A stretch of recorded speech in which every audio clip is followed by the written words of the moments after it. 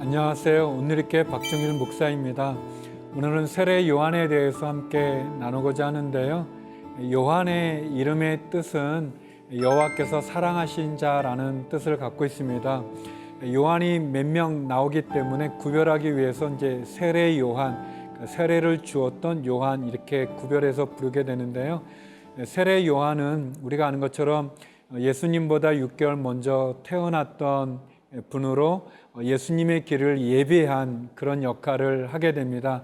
말라기 선지자에 의해서 끊어졌던 이제 구약이 하나님의 음성이 세례 요한이 유대 광야에서 외침으로 한 400년 그 침묵의 시간을 끝내는, 그리고 예수님의 시대를 열어가는 하나님의 음성이 다시 들려지는 그런 일을 한 아주 위대한 분인데요. 중심 구절은 마태복음 3장 1절에서 2절입니다. 그때 세례 요한이 이르러 유대 광야에서 전파하여 말하되 회개하라 천국이 가까이 왔느니라 하였으니, 제사장 스가랴와 또 엘리사벳 사이에 낳은 그런 아들이죠. 그러니까 아버지가 제사장이고, 그리고 예수님처럼 세례 요한의 탄생도 천사에 의해서 듣게 됩니다. 천사가 그의 아버지에게 이렇게 가르쳐 주죠. 믿지 못하는 그런 일이 일어납니다. 아마 엘리사벳이 나이가 많은 가운데, 이렇게 정확한 나이는 나와 있지 않지만 나이가 많은 가운데 이렇게 세례 요한을 갖게 된 것 같습니다. 첫 번째 세례 요한은 출생인데요. 누가복음 1장 17절입니다. 그가 또 엘리야의 심령과 능력으로 주 앞에 먼저 와서 아버지의 마음을 자식에게 거스리는 자를 의인의 슬기에 돌아오게 하고 주를 위하여 세운 백성을 준비하리라. 천사가 그 스가랴 이 아버지죠, 제사장 스가랴에게 해주셨던 이야기입니다. 너가 낳게 될 아이가 있다. 그 아이는 엘리야의 심령과 능력으로 엘리야와 같은 그런 능력을 가질 거다, 그렇게 얘기하는 거죠. 근데 이제 아버지 제사장은 믿지 못해요. 왜냐하면 너무나 또 부인이 나이가 많고 또 천사를 보니까 너무 두렵고 어려운 거죠. 그래서 천사가 이제 아이를 낳으면 요한이라, 이렇게 여호와께서 사랑하시는 자라는 그런 요한이라는 이름으로 해야 된다라고 이렇게 가르쳐 주는데, 믿지 못하니까 이제 아이가 나올 때까지 너가 벙어리가 된다라고 이렇게 얘기합니다. 그래서 이제 말을 못해요. 이제 제사장 직분을 마치고 밖에 나왔는데 말을 못하는 거예요. 그래서 이 스가랴가 무슨 일이 그 안에 있었는지를 사람한테 얘기도 못하고, 또 그리고 이제 부인 엘리사벳이 아기를 낳았을 때 이름을 뭐로 지어야 되는가, 그래서 이제 뭐 학렬을 따르고 뭐 여러 가지 따라서 이름을 지으려고 할 때 서판에다가 이 스가랴 아버지죠, 이름을 요한은 전혀 있지 않은 그런 새로운 이름입니다. 그래서 요한이라고 쓸 때 드디어 이제 말을 할 수 있게 된 그런 장면이 잠깐 등장하게 됩니다. 이렇게 세례 요한의 출생은 범상치 않죠. 다른 사람들과 다른 것을 알 수 있고, 또 더 나아가서 세례 요한의 출생을 통해서 하나님께서 엘리야의 심령과 능력을 가지고, 그리고 하나님이 보낼 메시아의 길을 예비하는 그런 역할을 하기 위해서 준비하셨구나라는 것을 알게 됩니다. 그리고 이제 세례 요한은 나중에 커서 결국 광야에서 생활을 하게 됩니다. 광야에서 생활을 하게 되고, 또 낙타 털옷을 입고 또 메뚜기와 석청을 먹는 그런 일을 합니다. 마치 엘리야 선지자의 그런 외모도 좀 비슷한 것 같고, 또 그 능력도 비슷합니다. 그리고 이 세례 요한이 했던 말씀이 또 뭐냐면 회개하라 천국이 가까이 왔다라는 그런 말씀이죠. 거의 엘리야와 비슷한 그런 말씀을 전해주고 있습니다. 사랑하는 성도 여러분, 하나님께서 우리들의 삶을 계획하시고 뜻이 있습니다. 세례 요한에게는 예수님의 길을 예비하는 그런 사명을 주기 위해서 또 그렇게 하죠. 마리아가 천사로부터 수태고지를 받고 그리고 어떻게 해야 될지 모를 때 그 가브리엘 천사가 그런 말을 하거든요. 너의 친척 엘리사벳을 봐라. 그가 나이가 많았지만 그도 아이를 가졌다. 그렇게 얘기하죠.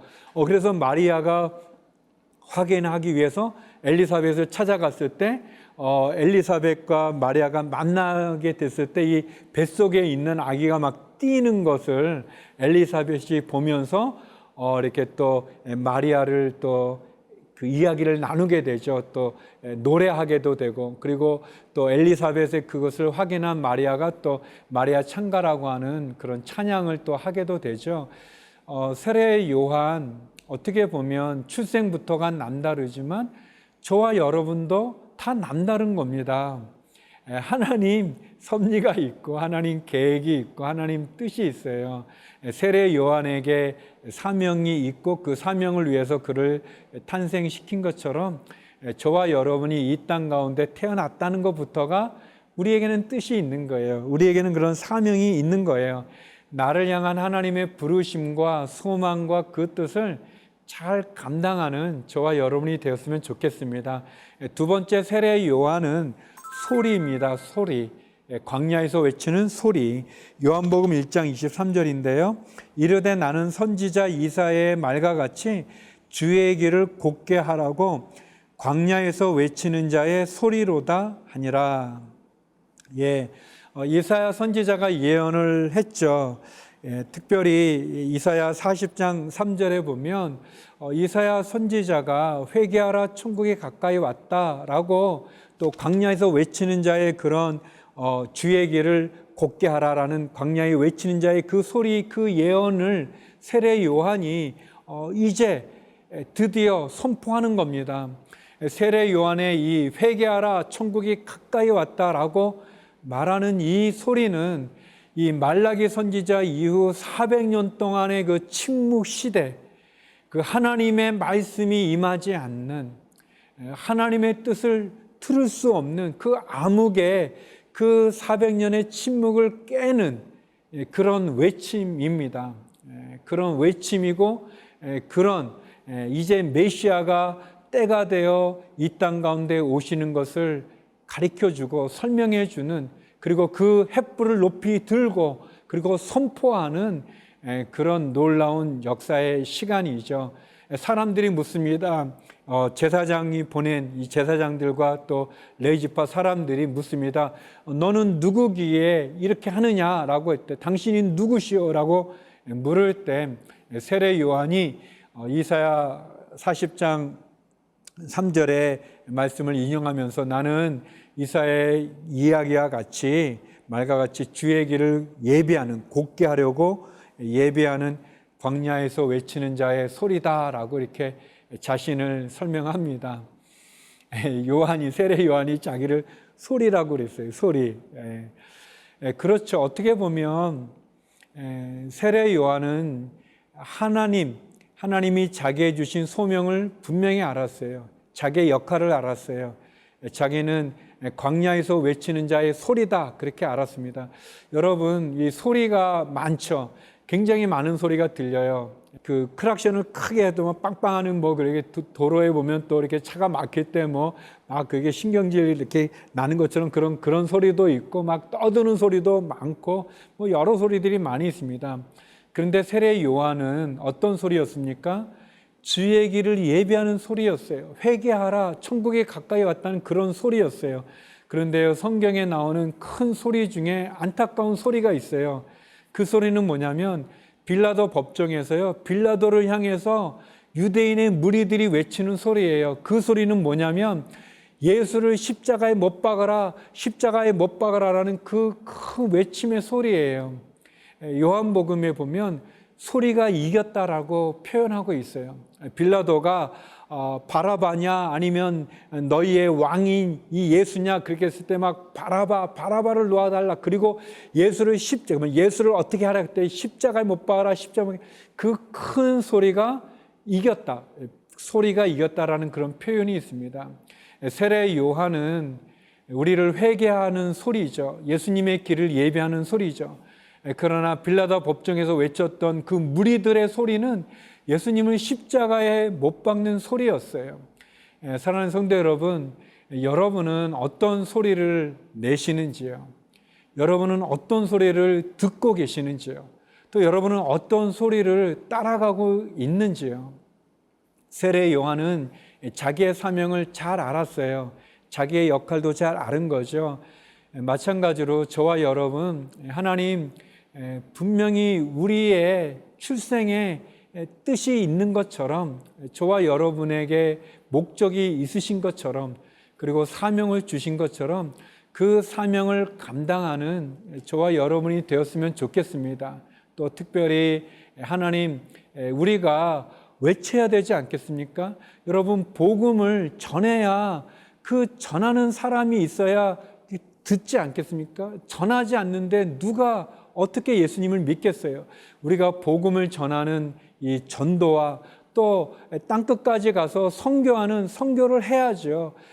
전하지 않고 듣지 못하는 거죠. 또 듣지 않고서 믿을 수 없지 않습니까? 우리의 마음 가운데 이 요한이 자신을 광야에서 외치는 자의 소리다라고 말했는데, 소리 다시 한번 우리를 돌아볼 수 있는 시간이 됐으면 좋겠습니다. 세 번째는 사명입니다. 사명. 어떻게 보면 세례 요한이 받았던 귀한 사명은 세례 요한이 죽고 난 다음에 이렇게 설명되는 것 같아요. 또 그 얼마나 세례 요한이 귀했는지를 보여주는 것 같습니다. 요한복음 10장 41절 42절입니다. 많은 사람이 왔다가 말하되 요한은 아무 표적도 행하지 아니하였으나 요한이 이 사람을 가리켜 말한 것은 다 참이라 하더라. 그리하여 거기서 많은 사람이 예수를 믿으니라. 세례 요한은 자신의 사명을 다하고 죽었습니다. 우리가 아는 것처럼 헤롯 왕이 범죄했을 때, 잘못했을 때 아무도 두려워서 그것을 지적하지 않을 때 세례 요한은 하나님의 심정으로 그는 담대하게 헤롯 왕의 잘못을 지적하게 됩니다. 그리고 이제 감옥에 갇히게 되고요. 그리고 이제 연회에서 그 살로메의 딸이 춤을 추는데 헤롯 왕이 다 들어주겠다 뭐 그렇게 말을 했는데, 그 딸이 결국 세례 요한의 목을 요구함으로 이제 세례 요한이 순교하게 되죠. 신약 성경의 첫 번째 순교자입니다. 세례 요한이. 세례 요한이 이렇게 죽고 나서 이렇게 사람들이 나중에 예수님의 말씀을 듣게 되고 또 예수님을 만나게 됐을 때 그 장면이에요. 사람들이 왔다가 말하는 거예요. 요한이 증거한, 세례 요한이 증거한 분이 예수님인데 세례 요한이 증거한 그 말들이 다 옳구나, 참이구나 하면서 많은 사람이 예수님을 믿습니다. 성도 여러분, 세례 요한의 역할이 무엇입니까? 예수님의 길을 예비하는 거잖아요. 메시아인 예수님을 보여주는 거죠. 세례 요한에 의해서 하나님의 어린 양, 세상 죄를 지고 가는 하나님의 어린 양이다라고 예수님을 말해서 많은 사람들이 예수님을 따라갔습니다. 이미 세례 요한의 제자들이 많이 있었거든요. 근데 그 제자들 중에서도 예수님에게로 보낸 사람들이 있어요. 그 제자가 누구냐면 사도 요한이고 야고보입니다. 야고보와 요한이 원래는 세례 요한의 제자였는데 예수님의 제자로 가게 된 거죠. 세례 요한을 통해서 많은 사람들이 예수님을 믿게 됐다는 이 요한복음의 구절을 통해 우리는 세례 요한은 자신의 사명을 완수했다는 것을 알 수 있습니다. 세례 요한이 그 요단강에서 세례를 줄 때 예수님이 오셔서 세례를 받아요. 세례라는 것은 죄를 씻는다라는 그런 뜻인데 죄가 없는 예수님이 왜 세례를 받았을까? 몇 가지 이렇게 해석할 수 있는데요. 이해할 수 있는 것은 예수님이 죄가 있어서 세례를 받으신 게 아니라 세상 모든 사람들을 대표해서 세례를 받으시는 것이고, 또 예수님이 사람으로서의 세례를 또 받았은 것뿐 아니라 세례 요한의 사역, 다시 말하면 세례 요한을 통해서 회개하게 하고 회개한 사람들의 증거로 세례를 주게 했던 그 사역을 예수님이 친히 받으심으로 세례 요한의 사역을 인정해 주신 그런 것을 우리가 이해할 수 있습니다. 세례 요한 자기에게 주어진 사명을 잘 감당했습니다. 세례 요한을 통해서 많은 사람이 예수님을 메시아로 보게 되고 예수님을 믿게 됐죠. 세례 요한의 삶을 한 줄로 요약해 본다면 세례 요한은 예수님의 길을 예비한 광야에서 외치는 소리입니다.